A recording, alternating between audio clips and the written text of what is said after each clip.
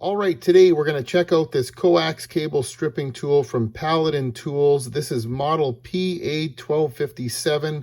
This is a rotary type stripping tool that makes the standard 2-level strip required on RG6 and RG6 Coaxial cable for RF connectors, for use with TV antennas, satellite dishes, and cable TV.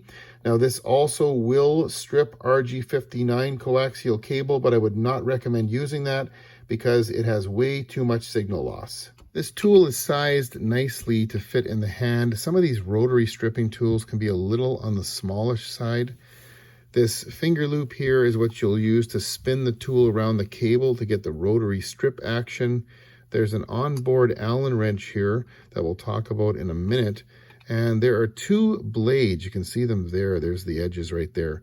Because 2 cuts are required to prepare coaxial cable for an RF connector. And this tool does all of that in one step. It comes with this onboard Allen wrench. And you can use that to adjust these little tiny set screws here to set the blades to the right cutting depth. Now, if you do have to adjust the blade depth, and you almost certainly will have to, because coax cable can vary not only from type to type, but brand to brand. So some adjustment of the blades is going to be necessary at some point.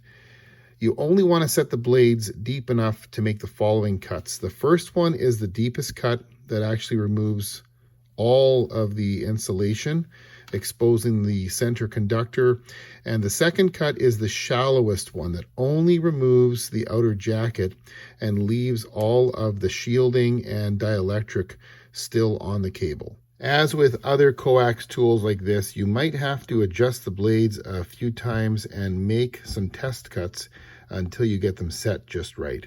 Using this tool is very simple. First of all, make sure that your coax cable is cut squarely on the end you're going to strip, and then hold the tool this way with this little yellow nook facing up. Your index finger will control the opening and closing of the jaw. Place the cable in the tool. Try to make sure that it's flush on this end here. There's no need for any squeezing of the jaws after this point, because the spring-loaded action will set the blade depth correctly, ensuring the correct cutting depth. And give it a few spins. That's enough there. Remove the tool, and then that's the center conductor. And the second cut that's made is the braided shielding. Just pull that braided shielding back out of the way.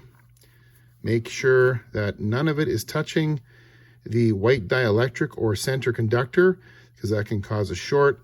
And now this cable is ready to have an RF connector of your choice applied. If you're doing any coaxial cable installations where you need to install your own RF connectors, then a rotary stripping tool like this is a must. And this one from Paladin Tools is definitely worth checking out.